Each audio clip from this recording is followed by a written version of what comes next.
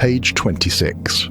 Note: incarceration for victimless crimes is among the worst atrocities that modern governments perpetuate against humanity. This book does not endorse breaking laws that could lead to such unjustified abuse by any governing body, but does call for a lawful outcry against all oxymoronic victimless crimes. We call for more awareness of the benefits of cannabis. DMT, especially in ayahuasca, shrooms, iboga, and other wholesome foods that have been sacred life-enhancing plant medicines since ancient times, as opposed to toxic chemicals that halt mental, physical, or spiritual growth. The pineal gland produces and stores DMT, the spirit molecule.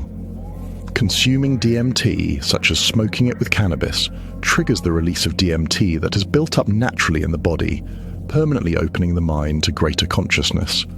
Ayahuasca makes the DMT experience last for hours.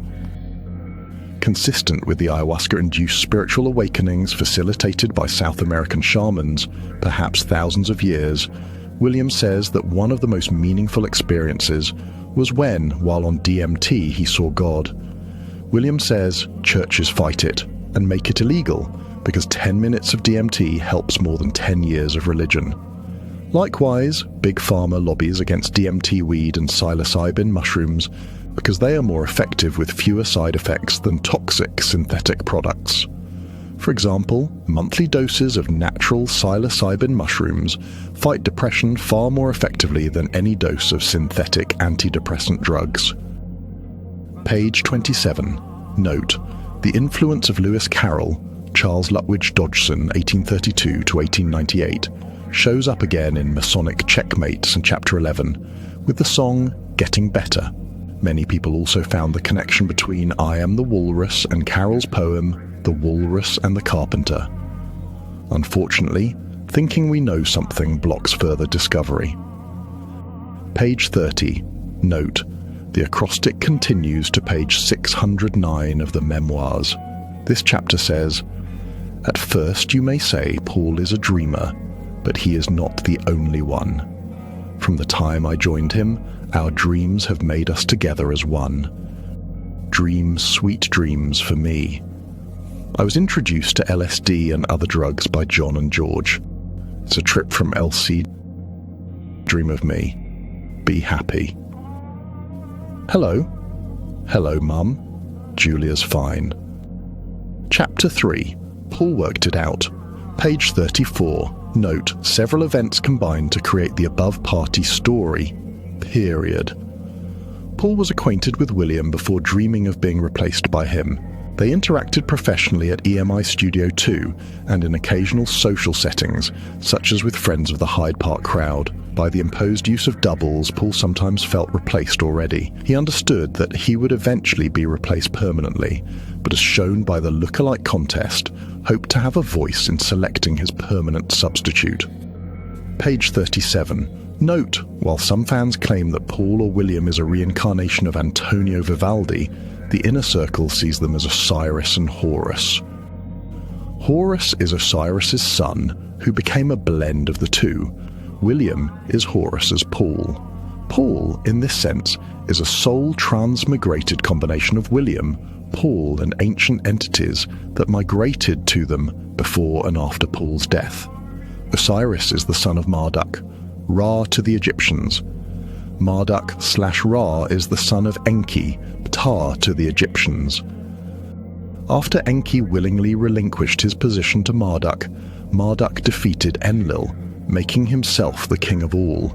The Egyptian sibling gods, Osiris, Set or Seth, and Isis so closely parallel the Sumerian sibling gods, Enki and Enlil and Ninhursag, that one may postulate that the latter gods either represent the former, or that they literally are the same players in either the same incarnation or in a latter one.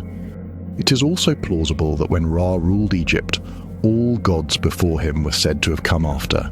According to legend, Set, resembling Enlil, kills and scatters his rival brother Osiris, resembling Enki. Their grieving sister consort, Isis, resembling Ninhursag, gathers what she can find of Osiris's dismembered parts. Isis and Thoth then use the energy of the pyramid to repair and resurrect the god long enough for Isis to conceive Horus, presumably by artificial insemination.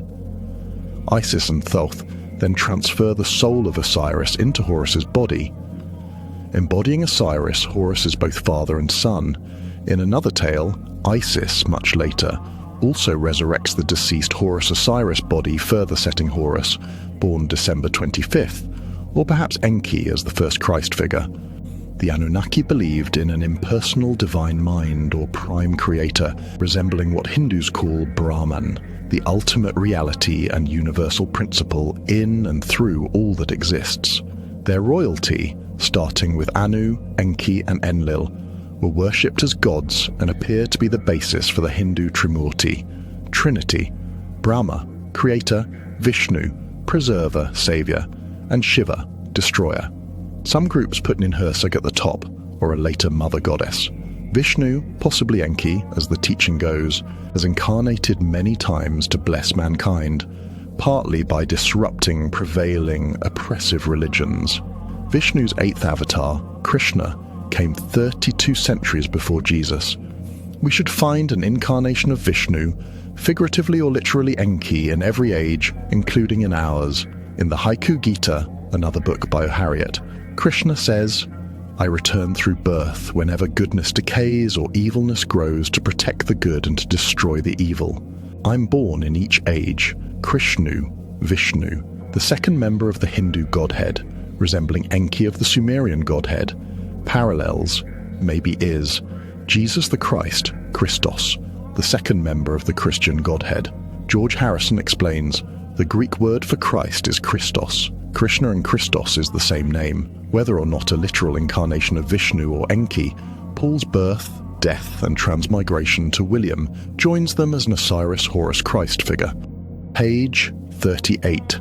Note: William felt less like an imposter after a couple of months when he sensed Paul's more permanent presence.